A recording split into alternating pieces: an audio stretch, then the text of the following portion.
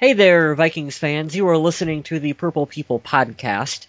My name is Kyle West. I am accompanied by the man who is available for pre-order now in the new Connectless bundle.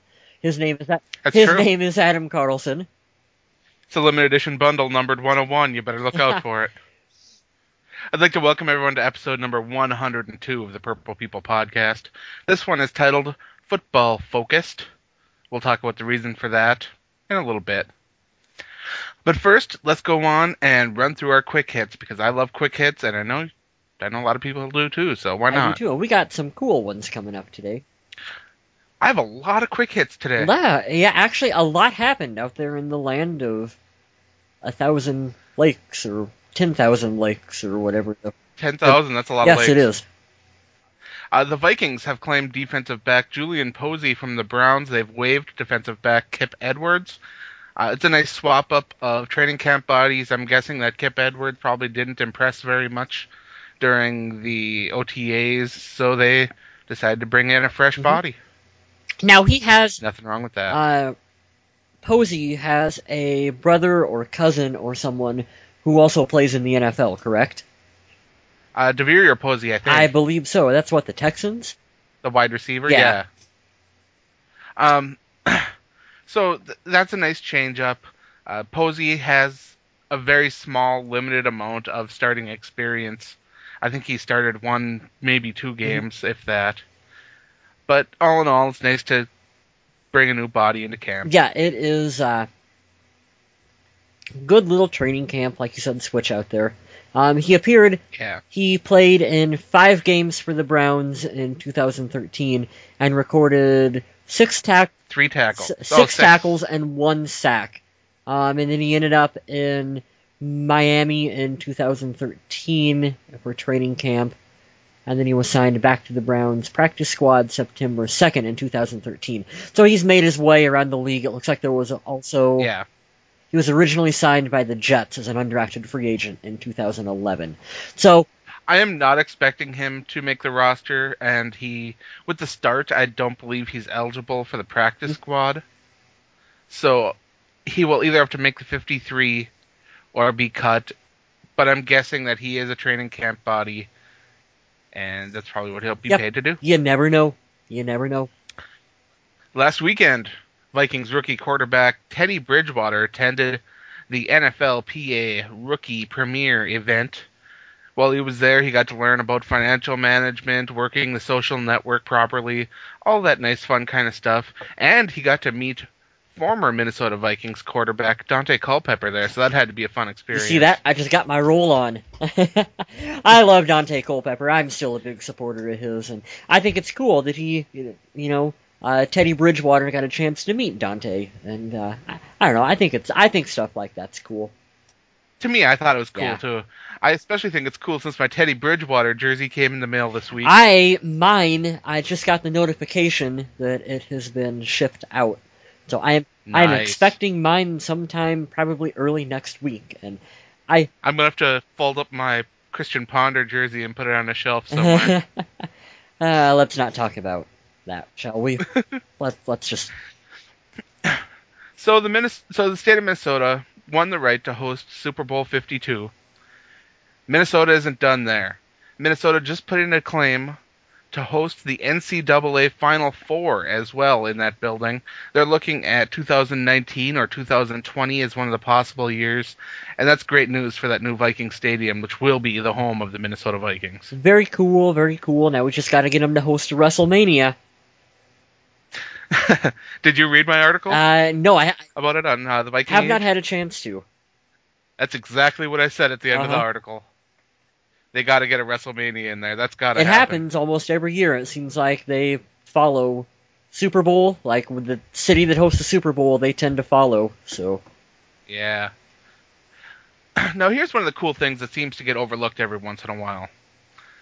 Vikings players sometimes host football camps on their own, and unless you're a big-name player like Adrian Peterson or Jared Allen. Greg Jennings, sometimes your name falls through the cracks. Well, if you live in or are going to be down near Tifton, Georgia, on the 28th of this month, swing in and check out linebacker Larry Dean. He will be holding a football and cheer camp on the 28th. I highly suggest you check it out if you're in the area. It'd be a lot of fun. You get to meet a Vikings player, learn a bunch of stuff about football. It's a nice camp for kids. All the information is posted on the Facebook page, and I also wrote an article about it on the Viking Age. So if you're interested, check it out. I like that. I like seeing our players do stuff like that, give back to the community, and I like Larry Dean. He's a good guy, and he's actually a guy that I would say watch this preseason. Watch Larry Dean. He has potential. I think he has potential. Well, you should have been watching Larry Dean for a couple of years now, because I think he's a star on the special team. He is. He's proven special teams commodity, and I think he will break out. He has the potential to be a breakout player for this unit. I could also see him being an effective rotational linebacker. So Larry Dean is a guy that I like, and if you like him too, make sure... Hey, we are back after a quick little bit of technical difficulty. We're going to talk about Chad Greenway for our next quick hit. Adam, what do you got? Well, Minnesota Vikings linebacker Chad Greenway said that the Vikings defense will look like a 4-3 this year. I think the key word there is look like, because I don't believe that it will be a true 4-3.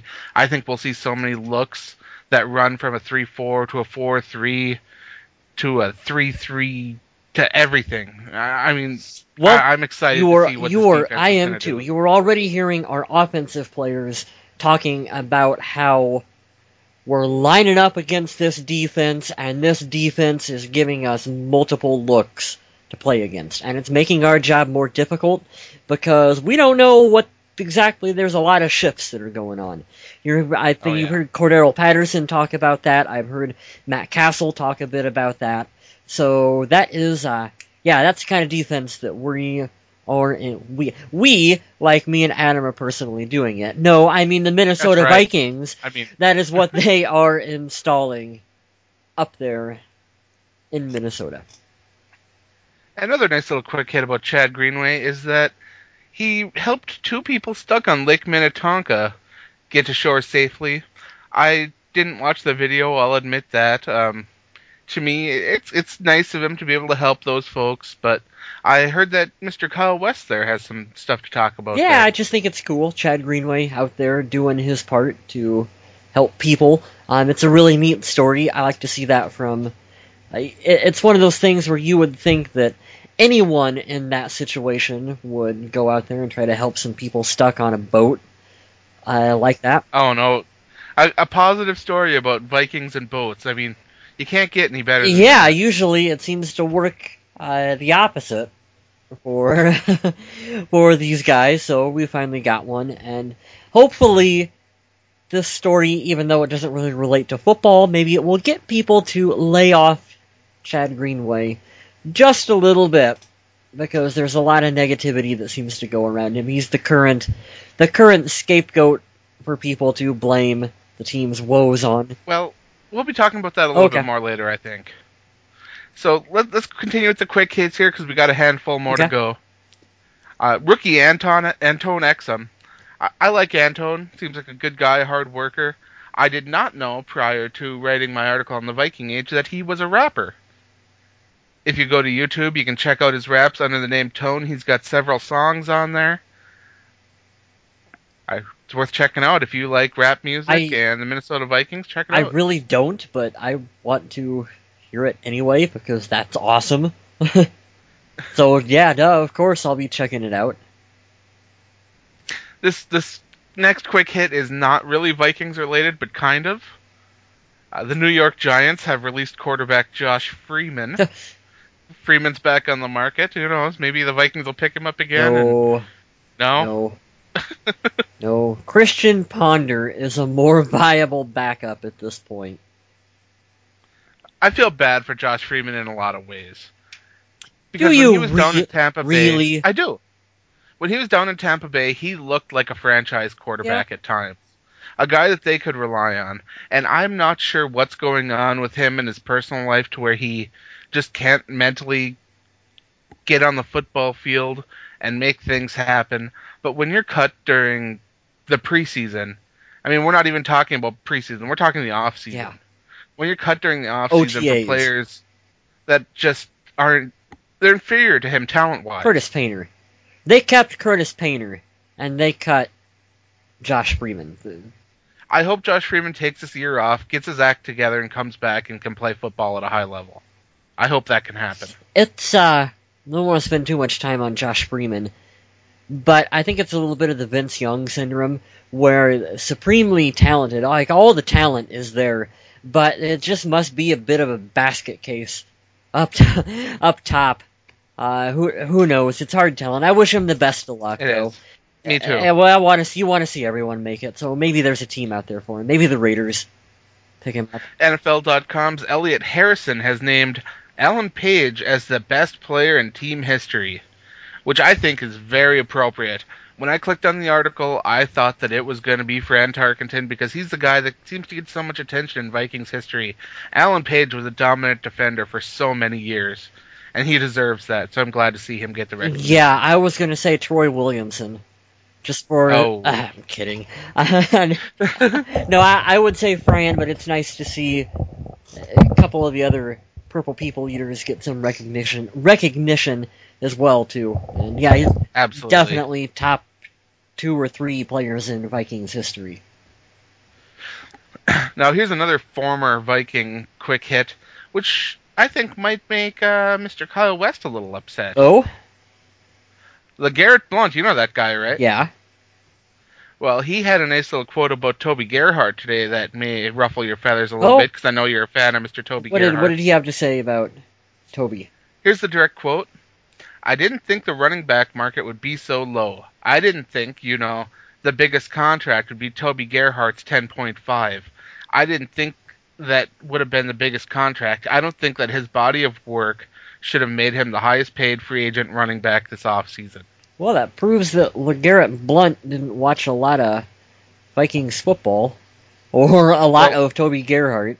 I understand the point that he's making because, by and large, no, he doesn't have a lot of plays that are going to be your flashy ESPN. His NFL resume is not impressive. Yeah, no, it's not, but the potential is there, and you watch him in those games where he filled in for Adrian Peterson, where he was the featured back. He had some good runs. Like, he proved in little short bursts that he can get it done, and I think he'll do fine in Jacksonville. I'm looking forward to seeing what he does for them. And I'm going to get a little bit of hate on this, but I agree with LeGarrette. I think LeGarrette Blount should have probably been the highest paid free agent running back. I honestly think that Jacksonville would have been better off hanging their hopes on LeGarrette as the featured back, or at least a rotational back. But then again, I'm not 100% sold on Toby, so I really do think Toby will do just fine. So I wish them both the best of luck because they're both really talented backs. I don't wish LeGarrette Blount anything. No, I do. I don't. Screw him. He's one heck of a runner, man. His highlight tape is so impressive. He's got a good resume. He's fun to watch. Yeah. I just like the guy. I don't know. Off the field, not so much, but on the field, he can tear it up. And the last quick hit is another one that you wanted to talk about. It was the Vikings announcing the partial Mankato training camp schedule. Yeah, that's fun. I attend training camp pretty much every year. So it's going to be starting on Thursday, July 24th, and they will hold the first team practice on Friday, July 25th. It's going to run until August 15th. And so far, they announced the evening practice on August 7th. That one is a lot of fun. If you guys are going to attend training camp for only one day, I recommend going on August the 7th. That is where they do the full scrimmage, offense versus defense. They do the player introductions. Paul Allen is the one who does that one. They do the fireworks afterwards. The team usually throws out T-shirts and footballs and stuff out into the fans. I recommend get there early, get your seats, because a lot of people tune up for that one. But it's a lot of fun. If you've never been, definitely if you can make it to training camp, it's worth going to. Sounds like a lot of fun. All right, now for this next segment, I left our Mr. Kyle West out in the dark. He has no clue what I don't know doing. what our feature segment is today, so I'm interested to see what we've got. So I want Mr. Kyle West to pull up his chat here. I have it open. And I will send him a link. There it is. Okay. And what we're going to do is we are going to talk about Pro Football Focus's projected starter list for the Minnesota Vikings. Oh, if I can open the link. I seen the list that you were talking about. I'm having issues on my end with the thing opening. You can always just copy-paste in the I address bar if you're having issues. I will do that right now. But anyway, every year, Pro Football Focus releases their projected starter list, and they grade every player according to their ability, and they color code them. Blue is the elite players, and then they range according to the rainbow. Mm-hmm. Red being the worst.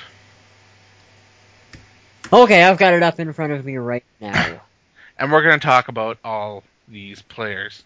Now, the Minnesota Vikings only have one blue player on the list, and that is the player that's considered elite.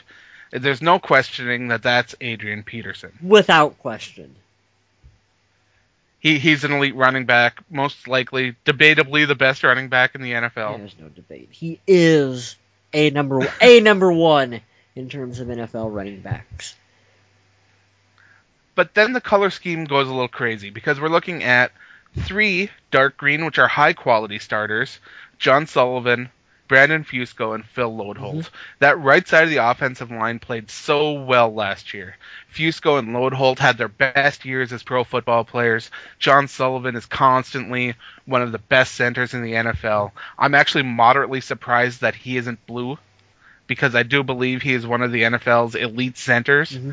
But I'll accept green.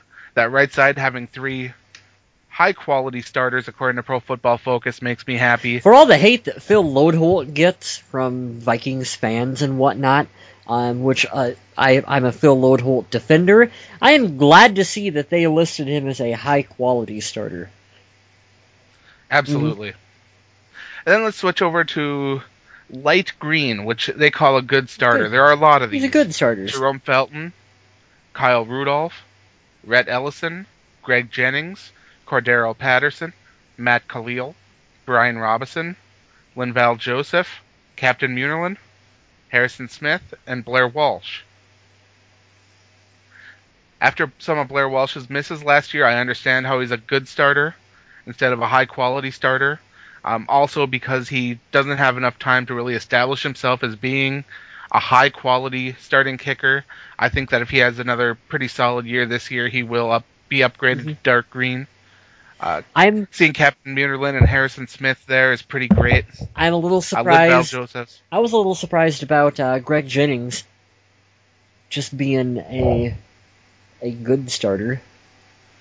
I view him as a little more than that, but I guess if you're going based solely on his first season with the Vikings, yeah, that he left some to be desired, yes, but. I think given a couple years, we'll see Cordero Patterson upgraded to a high quality or maybe even elite, I'm hoping. Mm-hmm. But for now, I think aiming for a high quality starter from Cordero Patterson and you notice is good. A good bulk of those players were also on the offensive side of the football. Yes. It ties into what we've been saying for a while now, is that the Vikings have plenty of potential on offense to do good things.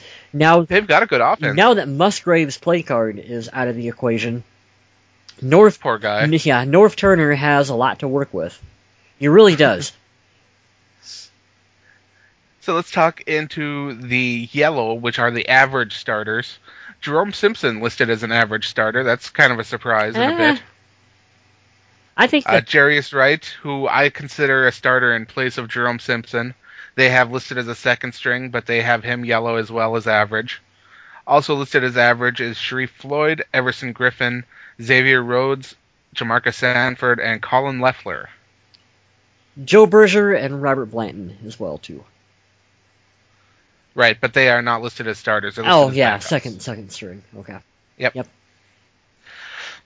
Another big surprise for me there is Cullen Loeffler. I think he's been a cornerstone for this team for a while. I think that he should be a light green, but we're talking about a long snapper here, a guy that's not going to get a lot of recognition. That strikes me as kind of funny. Like we're talking about a long snapper. Like how really an average or good or high quality. Like he gets the ball where it needs to go.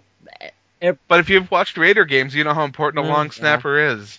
They went so long with a terrible long snapper that cost them so many points and so much field position. Mm-hmm. Long snappers are way more important than people think.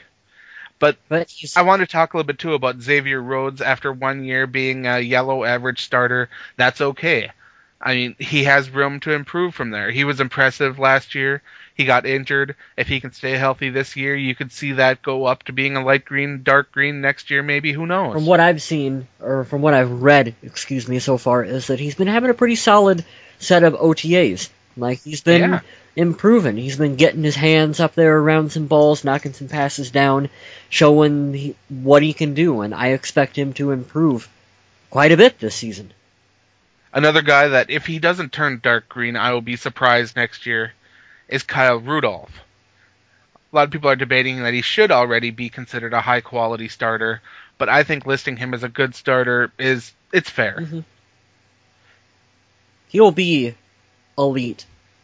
I think he could be an elite tight end in the NFL. You give him a real quarterback, a.k.a. Teddy Bridgewater, and like a real coordinator to play to his strong suits. Like he can be a top tight end in the NFL. Speaking of Teddy, we didn't do the purple rookies. We might as well get those out of the way. There are two projected rookie starters, and that is Mr. Teddy Bridgewater and Mr. Anthony Barr, the Vikings' 2 first-round draft picks this year. They have Matt Castle as orange, below average starter, and they have him listed as the second-string quarterback. So let's talk about the other orange, below average starters on offense, and that is Mr. Charlie Johnson, Mr. Jasper Brinkley, and Josh Robinson. I was a little surprised that they had Jasper Brinkley pinned in as a starter. Because I'm glad that Jasper Brinkley is back with the team, but by no means is he starter. Like, that is, to me, that position is open for competition, and someone go take it. Well, if you notice, next to him there on the second string as his backup is Audie Cole, and he is also orange, so you could see those two really being interchangeable at that point. Definitely. The same goes for Josh Robinson and Derek Cox at the cornerback. His backup is orange and he's orange. You could see either of those flip-flopping in camp. That's why it's kind of cool to look at this and see who they think will be competition. And Charlie Johnson, like we say, they got him penciled in as starter. I'm not even convinced that he will make the team. Financially, I think they'll almost have to keep him.